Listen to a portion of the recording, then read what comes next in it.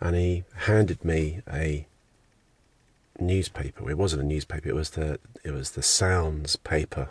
You get things like the Melody Maker, and sounds was another one.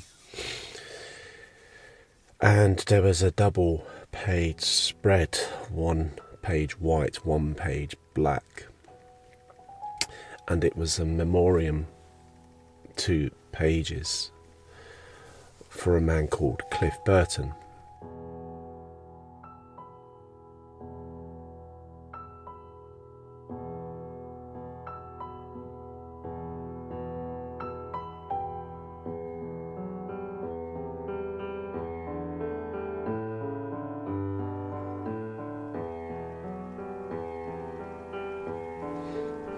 Well, good morning. It's 9:30 on Sunday the 17th of September.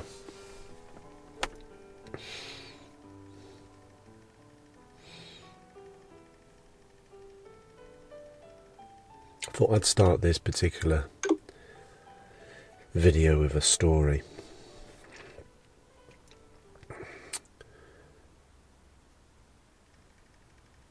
So back in 1986, I started my first proper job after leaving school.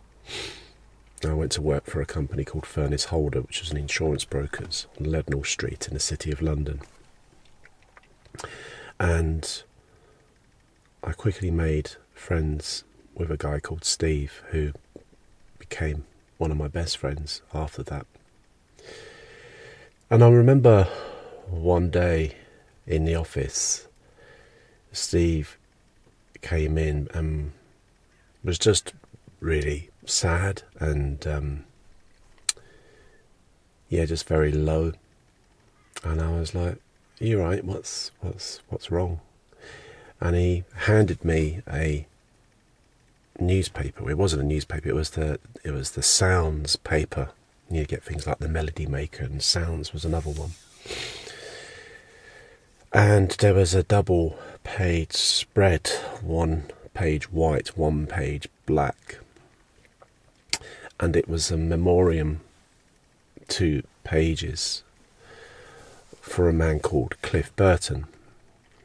And Cliff Burton was the bassist for a very big band called Metallica.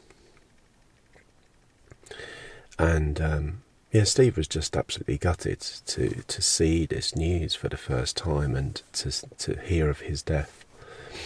And it really resonated with me because I was never really into heavy metal per se as a form of music and everything. I just thought it was a load of noise, and Steve quickly educated me on that front, and he gave me a pile of albums, and the first album he said, "You must play this one first," and it was The Master of Puppets by Metallica. And I remember taking it home and put it on the turntable and listening to it, and I was just instantly fell in love with him. Was just like, oh my god, this is just amazing. I'd never heard anything like it and was just so taken by it. And so, I became one of the many thousands of fans worldwide that is a Metallica fan, and saw him a few times afterwards, etc. And it was interesting that day, and I'm glad in many ways that it happened, not obviously for the death of Cliff Burton, but how it brought Steve and I close at that moment, and how his love of a particular band, he was able to share that with me. And then subsequently my journey going to concert after concert after concert and seeing the many bands that I did in the late 80s was thanks to my friend Steve. I saw Metallica numerous times afterwards, but I never got to see them with the legendary Cliff Burton. Steve and a few other friends of his did. They actually saw that Master of Puppets tour. I didn't get to see him. I think the first time I saw him was at the Monsters of Rock in Donington, and then I saw him on the next album tour, Justice for All. I saw him twice at Hammersmith Odeon, and I'd seen him other times after that as well. But I remember my friends who had the privilege of seeing Cliff Burton was saying that he was legendary, and I've heard many stories through listening to recounts from the band, etc., etc., how legendary the man was. It's strange, really, that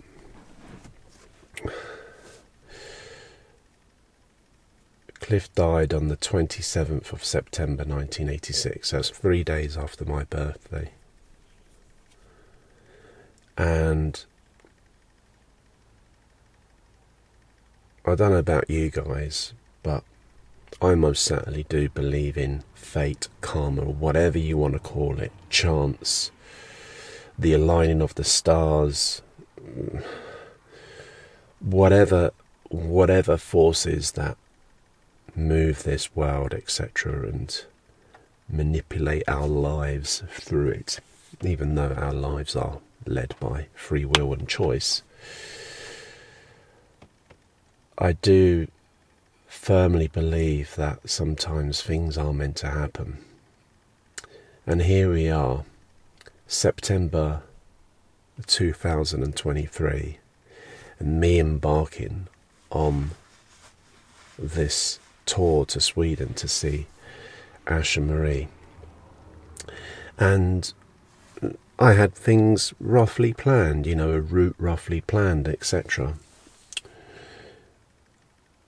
But yesterday kind of changed ever so slightly, which was odd but good in some ways, in that the leg that I did yesterday was originally planned to go from Hamburg to Malmo, and then that would have incorporated the crossing at Puttgarden to Rugby in Denmark, etc., and then crossing a bridge at Copenhagen. And but I changed and stayed near Puttgarden the night before, so I didn't have to do the Hamburg bit, and because of that I was able to get my earlier ferry, etc., etc. It's interesting how everything aligns and moves in mysterious ways. And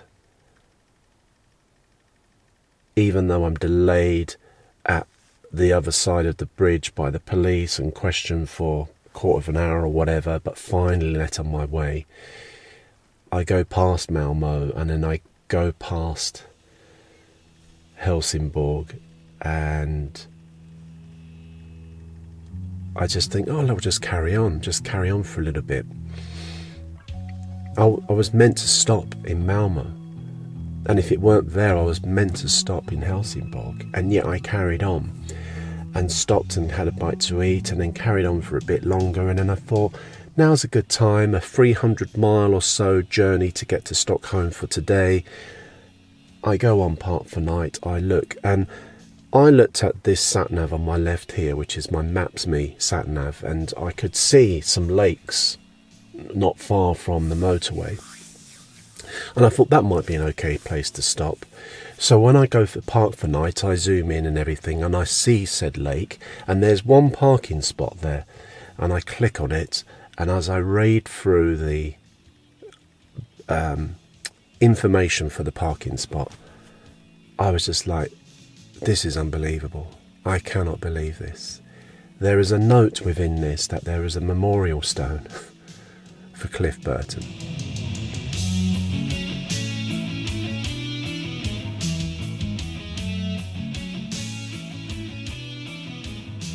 I was just like, wow.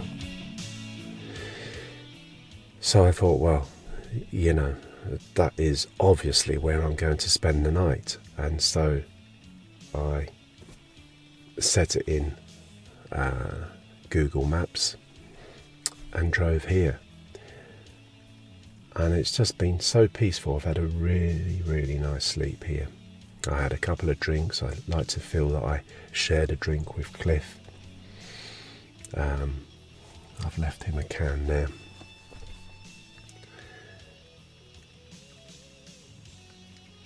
And it's just incredible. You know, I knew that he died, but I didn't know he died here. I knew he died in Scandinavia. That's all I knew. It was a crash in Scandinavia.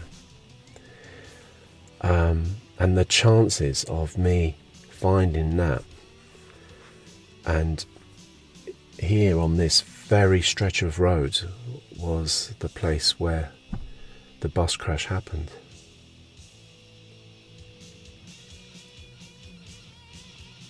So whatever it is that moves this planet, whatever, thank you, because this was nice to finally be close to Cliff Burton in a bizarre way. I never got to see him perform or anything like that, but to somehow feel that this was his last resting spot, and to be able to spend a night here with him was really special.